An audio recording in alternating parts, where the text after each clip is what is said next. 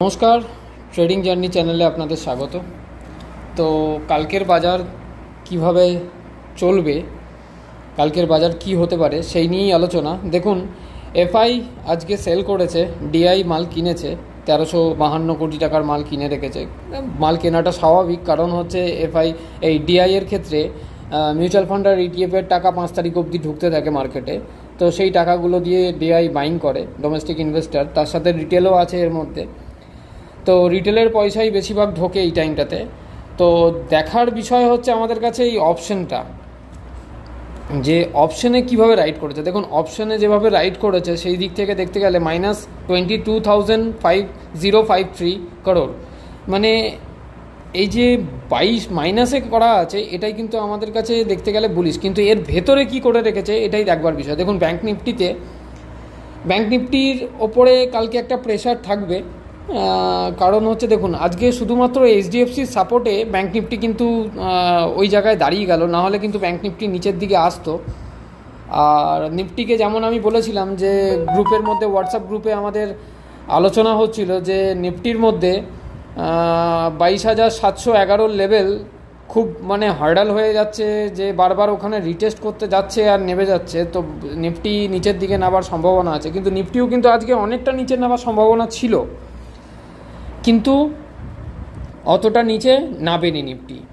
তো কালকের বাজার কি হতে পারে? দেখুন, ভিক্স এখানে মোটামুটি পজিশন ঠিকঠাক জায়গা মতন এবার আশা করা যায় যে নিয়েছে। মার্কেটের ভলিটিলিটি ফিরে আসছে, কিন্তু ভিক্স যতক্ষণ 15-এর ওপরে না যাচ্ছে ততক্ষণ পর্যন্ত মার্কেট কিন্তু হয় ওপরে গিয়ে সাইডওয়েজ, নয় নিচে গিয়ে সাইডওয়েজ। তো সাইডওয়েজ হয়ে যাওয়ার চান্সটা বেশি থাকে, যার কারণে আমি গ্রুপের মধ্যে আলোচনা করেছিলাম যে কোনো ট্রেড নেওয়ার আগে মার্কেটটাকে একটু দেখে নিন, মার্কেট কিন্তু নিচের দিকে আসতে পারে। তো দেখুন, নিচের দিকে তো মার্কেট এসছে, কারণ আজকে নিফটির হচ্ছে এক্সপায়ারি ছিল। সেখানে আপনার যখন গামা ব্লাস্ট করে তখন কিন্তু সেই জায়গায় মানে অপশন সেলার্স, অপশন বায়ারদের আর কি প্রিমিয়াম খাওয়ার চেষ্টা করে। বিশেষ করে যারা কল হোল্ড করে থাকে তাদের তো প্রিমিয়াম বেশি করে খায়, পুট হোল্ডের থেকেও কল হোল্ডে প্রিমিয়াম বেশি খায়, পুট হোল্ডেও খায়।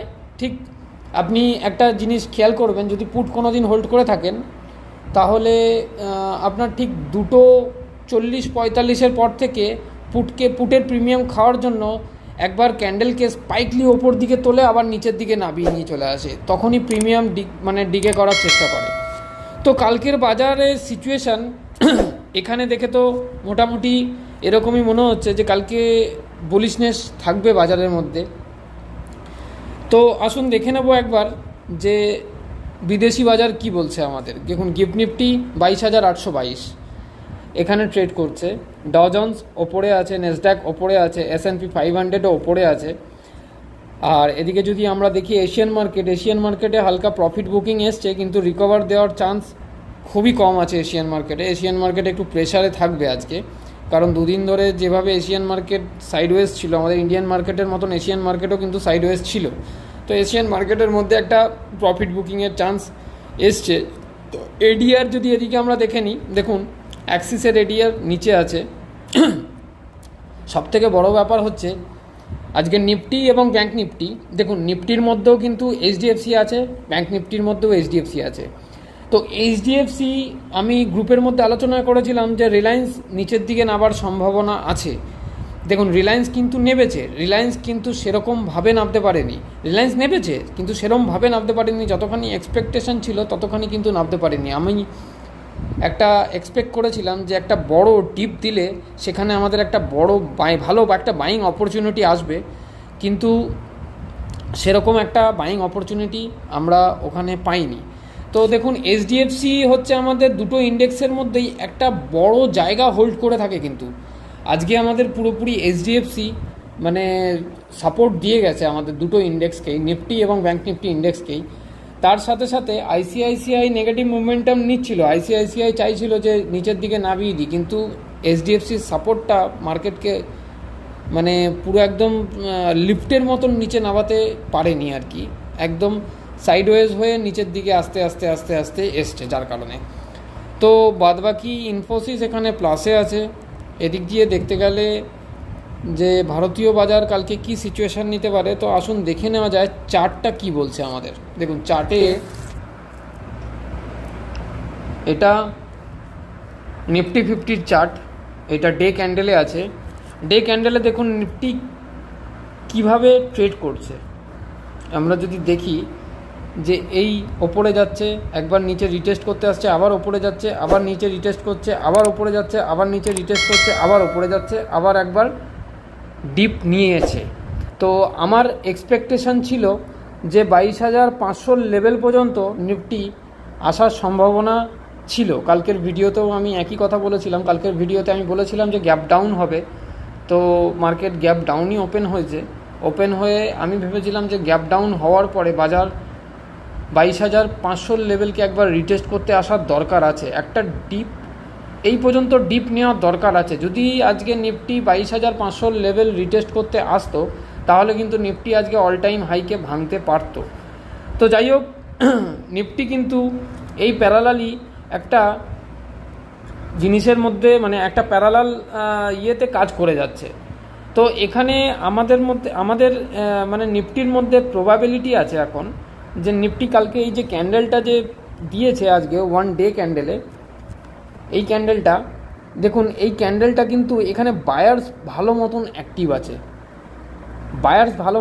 আছে। কালকে নিফটির মধ্যে সিচুয়েশানটা এরকম আসতে পারে যে নিফটি এখানে একটা গ্রিন ক্যান্ডেল তৈরি করতে পারে, এইখানে একটা গ্রিন ক্যান্ডেল তৈরি করতে পারে, মানে মার্কেট রিভার্স নেওয়ার সম্ভাবনা আছে। অবশ্যই এই লেভেলটাকে একবার রিটেস্ট করবে, ফার্স্ট ওপেনিংয়ে রিটেস্ট করবে।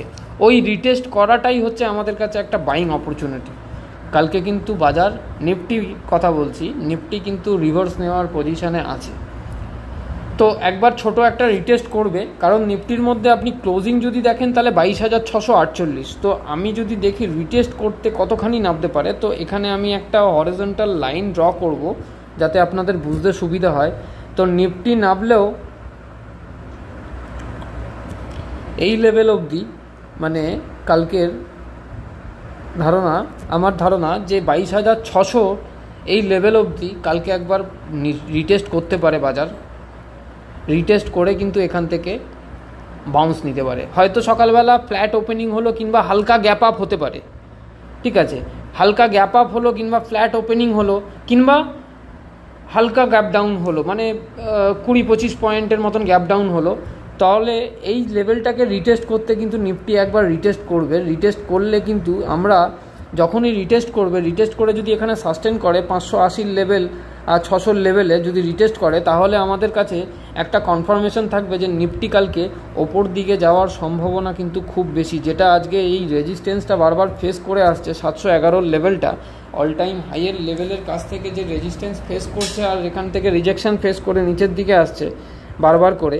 আমি এটা 15 মিনিট ক্যান্ডেল যখন করছি আপনাদের 15 মিনিট ক্যান্ডেলে দেখাই ব্যাপারটা, তাহলে বুঝতে সুবিধা হবে। দেখুন 15 মিনিট ক্যান্ডেল, এটায় বাজার কোন জায়গাতে রিটেস্ট করছে বারবার করে, এখানটায় রিটেস্ট করে বাজার কিন্তু রিটেস্ট করছে, কিন্তু এখানে সাস্টেন করতে পারছে না বাজার 22,711 লেভেল। আমি যার কারণে হোয়াটসঅ্যাপ গ্রুপেও আমি বলেছি যে এখন বাইংয়ের অপরচুনিটি আমাদের আসছে না, কারণ হচ্ছে 22,711 লেভেল যতক্ষণ না ওপরে মানে সাস্টেন করতে পারছে ততক্ষণ পর্যন্ত নিফটি কিন্তু বুলিশ হচ্ছে না, নিফটি ডাউন ট্রেন্ডেই আসছে।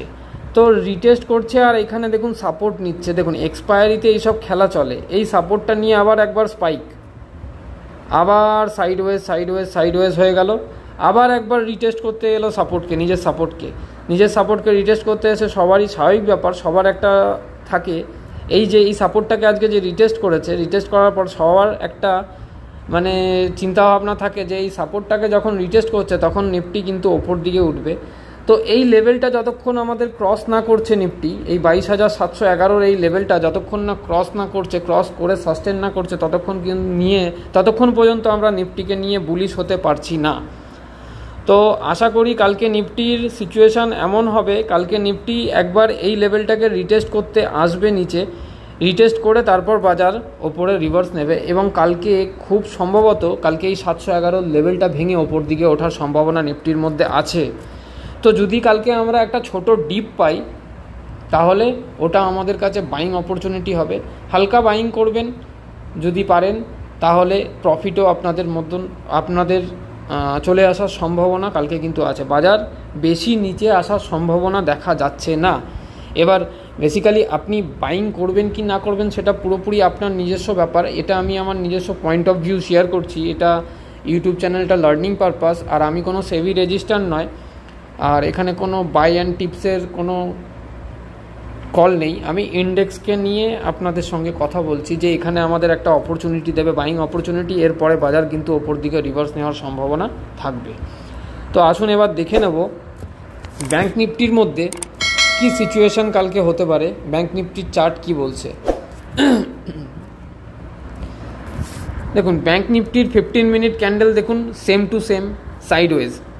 আজকে ব্যাঙ্ক নিফটি কিন্তু নিচে নাবার পজিশান ছিল, নিচে নাবারই কথা ছিল যে ব্যাঙ্ক নিফটি নিচে নাবে, কারণ অলরেডি আগের দিন দেখুন এইখানটায় যখন শার্প সেলিং হয়,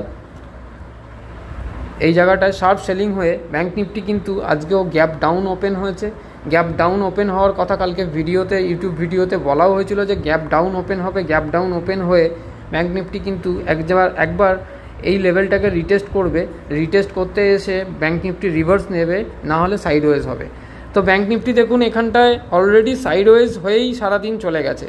ব্যাঙ্ক নিফটিকে নামানোর চেষ্টা হয়েছে, কিন্তু নিফটি আর ব্যাঙ্ক নিফটির ইন্ডেক্সের মেন স্টক যেটা এইচডিএফসি ব্যাঙ্ক চরমভাবে আজকে এইচডিএফসি ব্যাঙ্ক দুজনকে সাপোর্ট দিয়েছে, যার কারণে এরা অতটা নামতে পারেনি, অতটা মার্কেটের প্রেশারের মধ্যে পড়তে পারেনি। তো দেখুন ব্যাঙ্ক নিফটি এই শুটিং স্টার ক্যান্ডেল যেটা দিয়ে রেখেছে লাস্ট ক্লোজিংয়ে 15 মিনিট ক্যান্ডেলে, এটা কিন্তু আমাদেরকে ইন্ডিকেট করে যে এইখান থেকে এই লেভেল থেকে একটা হালকা ডিপ নিয়ে এই লেভেলটা রিটেস্ট করে, এই লেভেলটা আমি আপনাদের ড্র করছি, এই লেভেলটা মানে 49,175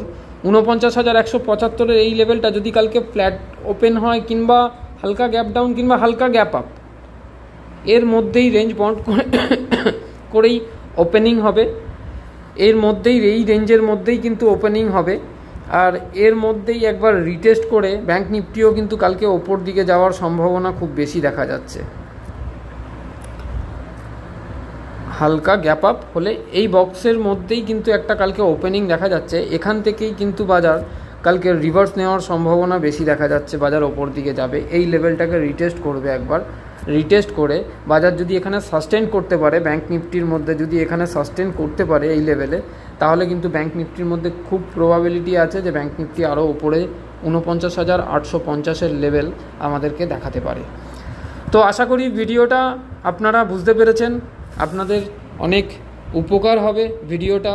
লেভেলগুলো দেখে কাজ করবেন, লেভেলগুলো মিলিয়ে কাজ করবেন, তাহলে আপনাদের অনেক প্রফিটে থাকার প্রবাবিলিটি বাড়বে এবং লস যত কম করতে পারবেন, লসটাকে মেনে নিয়ে, লসটাকে স্বীকার করে নিয়ে যত তাড়াতাড়ি মার্কেট থেকে আপনি বেরোতে পারবেন, তত আপনার জন্য খুব ভালো পজিশন হয়ে দাঁড়াবে মার্কেটে থাকতে গেলে। ধন্যবাদ।